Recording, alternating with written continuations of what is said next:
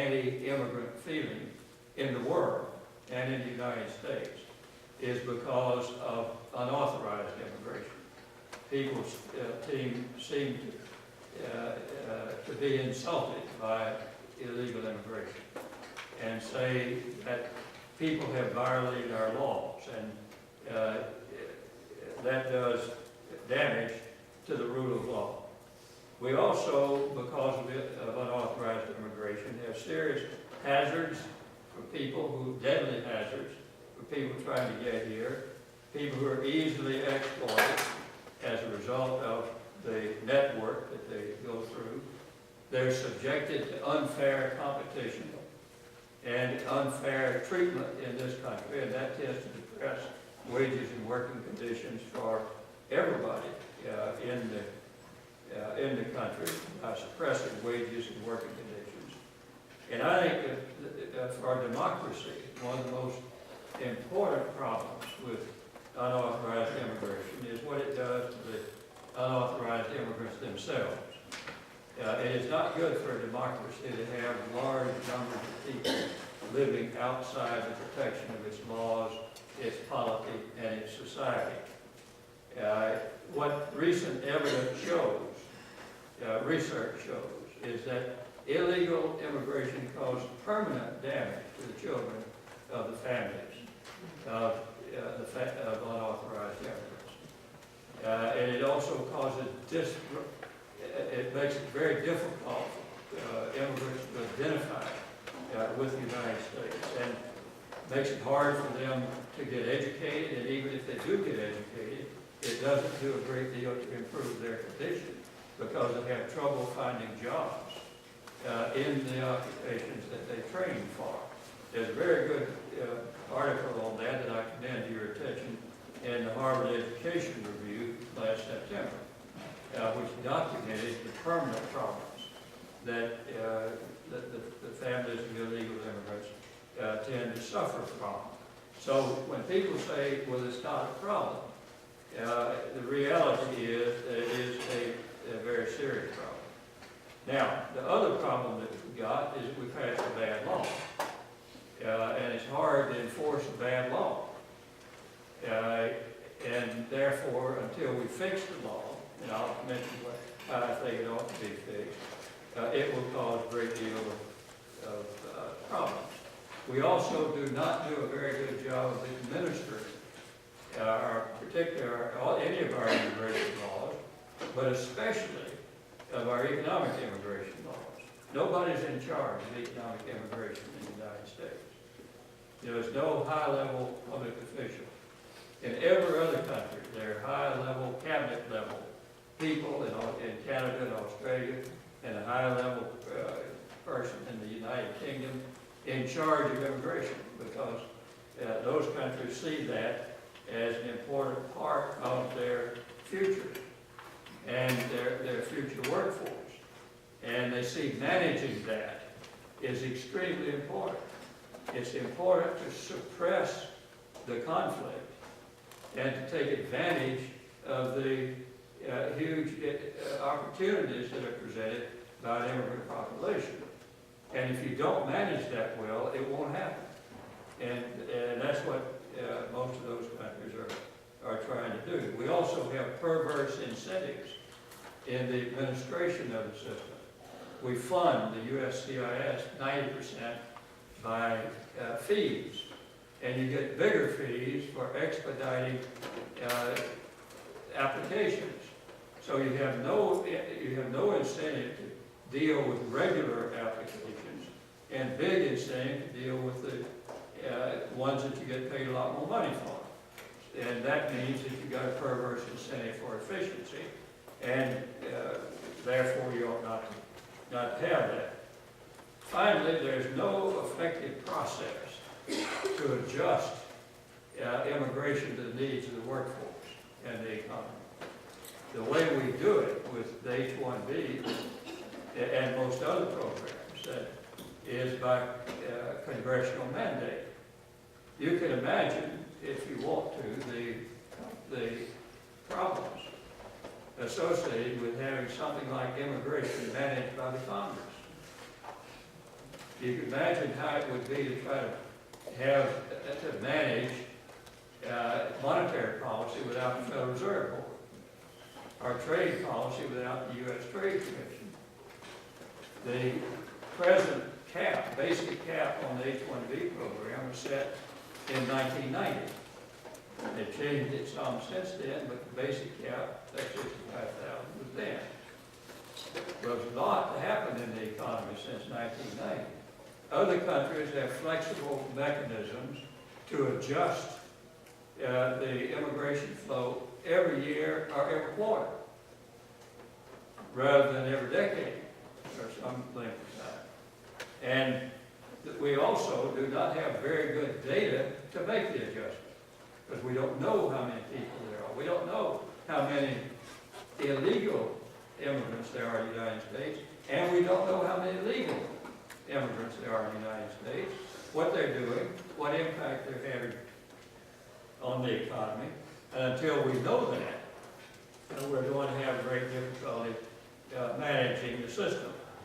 We also do not do a very good job of protecting foreign workers or U.S. workers. We don't protect the U.S. workers from foreign competition, and we don't protect those workers, the foreign workers, when they are in this. They're easily exploited. And one of the main reasons they're easily exploited is because they tend to be indentured to a particular employer. In the H-1B program that Ron provided so much light on, you can be indentured for up to 10 years. And you have great difficulty leaving that employer. You're underpaid to start with. That employer decides whether you get a green card or not, and what your working conditions are likely to be. And therefore, that gives the employer too much power over those workers. To some degree, though, the H-1B workers are much better off than the H-2B workers, lower skilled workers, who in many cases are held in virtual servitude. They are subject to the exploitation by labor brokers who promise them all kinds of things to come to the United States.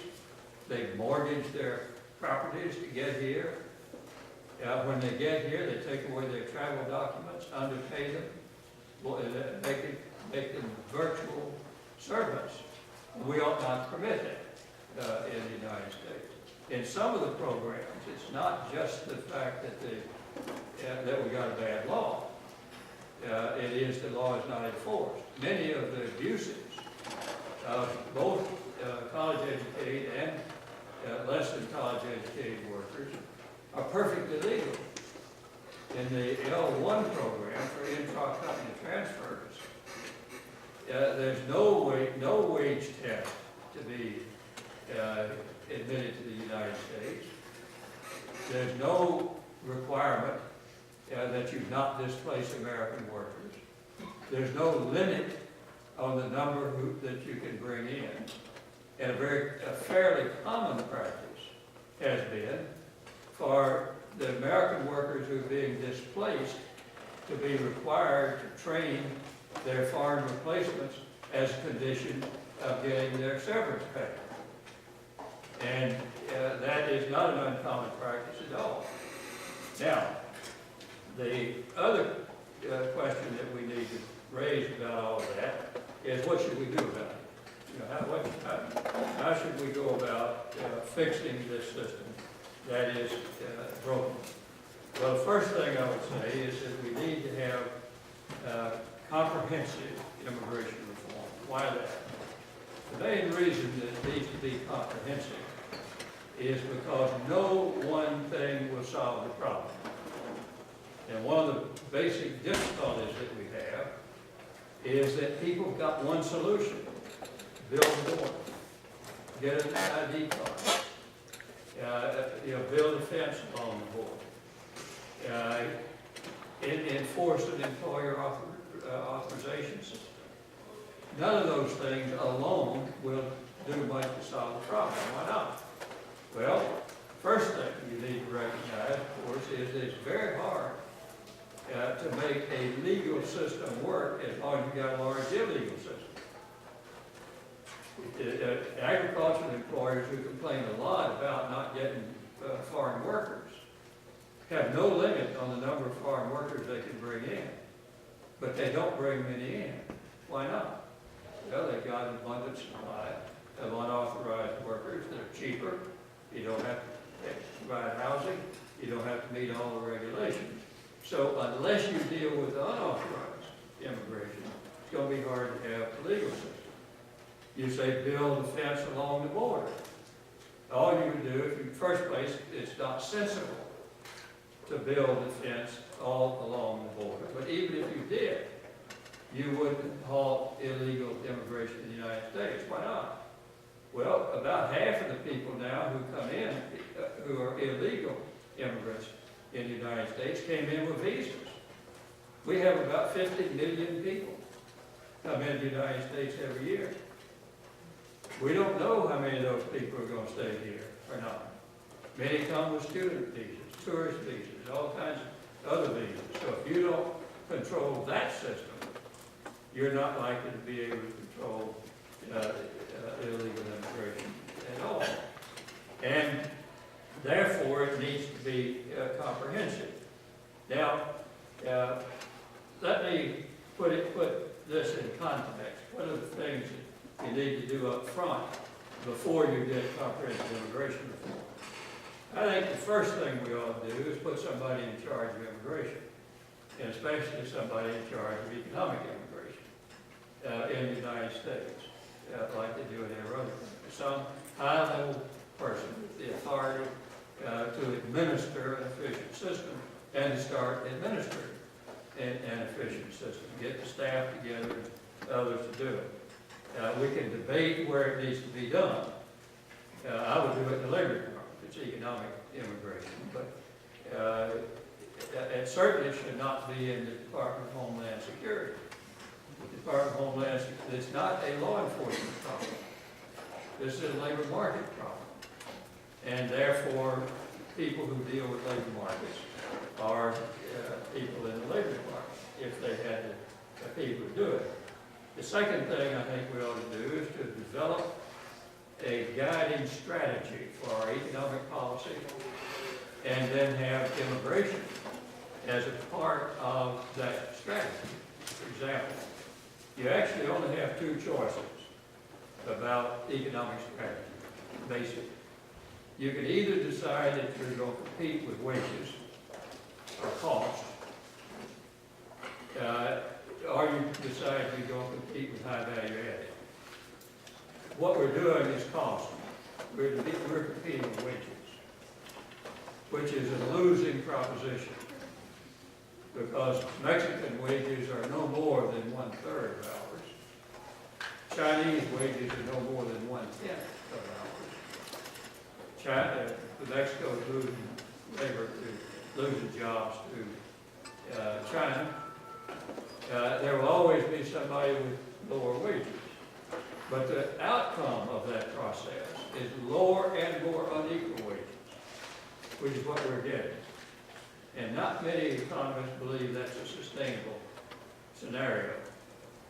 The other option is to try to compete with value added, productivity, quality, and flexibility. That's the way we'll be able to maintain and improve